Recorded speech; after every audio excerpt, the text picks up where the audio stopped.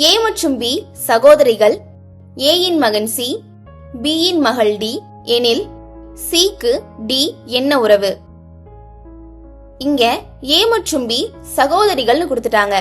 அப்ப 2 பேருமே பெண்கள் தான். அவங்கள நம்ம வட்டத்துக்குள்ள போட்டுக்கலாம். ஏவோட மகன் சின்னு கொடுத்திருக்காங்க. அப்ப சி அப்படிங்கிற ஒரு ஆண், அவரை கட்டத்துக்குள்ள போட்டுக்கலாம்.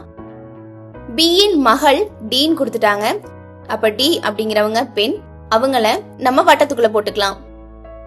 இப்போ சிக்கு டி என்ன உறவு அப்படின்னு கேட்டிருக்காங்க. இங்க ஏ மற்றும் பி சகோதரிகளா இருந்தா அவங்களோட குழந்தைகளும் ஒருவருக்கு ஒருவர் சகோதரன் இல்லனா சகோதரிகளா தான் இருப்பாங்க.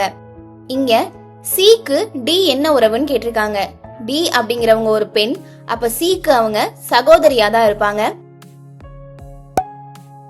ஆப்ஷன் சில இருக்கு, டிக் பண்ணிக்கோங்க.